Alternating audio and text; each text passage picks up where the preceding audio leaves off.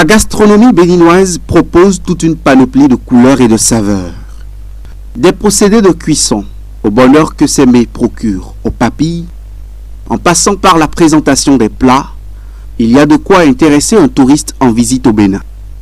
L'art culinaire est un héritage longtemps conservé, nous confient plusieurs personnes approchées. Parmi ces plats, il y en a qui sont exportables et bien appréciés des touristes. Pour moi, la gastronomie, c'est créer du bonheur. Et créer du bonheur, il faut le faire avec les produits du terroir. Et quand tu vas travailler ces produits, tu crées le bonheur, mais tu le crées pour toi d'abord, ta passion, ton plaisir, et par la suite pour tes convives. Quand les touristes sont là, l'argent qu'ils dépensent pour se divertir, pour manger, est répercuté directement dans la population. Parce qu'ils vont manger la nourriture produite par les cuisiniers, dont les éléments sont produits par les paysans, vendus par les commerçants. Au sud, les gens consomment plus le poisson. Au nord, les gens consomment plus la viande.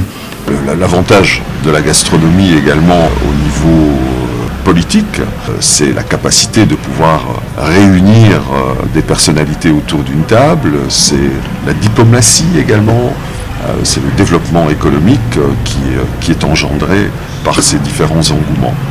Si on va parler des mets locaux qui doivent être promus à l'étranger, comme à Tchéké en Côte d'Ivoire, je peux parler un peu de Diao, Bomio, du Dakouin.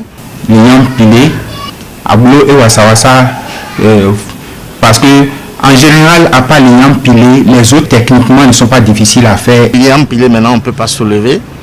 Aujourd'hui, toute l'arsenal de l'igname pilé pour voyager, pour aller le faire. Mais on a essayé de travailler d'une manière où l'igname pilé peut se faire autrement. J'ai pratiquement goûté tout ce que le Bénin pourrait produire. Mon petit coup de cœur ira plutôt vers le bécuit, par exemple. Il y a le ma, il y a l'ablo que j'aime beaucoup aussi, la cassa que je revisite encore assez régulièrement. Il ne faut pas oublier non plus l'aspect traditionnel, l'aspect basique, culturel, qui lui a sa valeur également. Donc le fait de vouloir transformer à tout prix n'est peut-être pas non plus un objectif, mais pour séduire éventuellement à l'international, pour séduire les touristes. La gastronomie nécessite un important investissement quand on veut lui donner une dimension touristique. Il faut des praticiens aguerris et performants. Grâce à ces différentes sortes de festivals, beaucoup de chefs cuisiniers ont montré leur talent. Les différents festivals qu'on a pu vivre ici au Bénin sont très importants. Ils vont évidemment mettre la lumière sur la qualité, sur la diversité des produits qui sont actuellement accessibles au Bénin. Il y a un travail également de fond qui est fait au niveau de l'agriculture, où on va proposer aujourd'hui une qualité par rapport aux aliments, également la valorisation des produits. Pour moi, en matière de formation,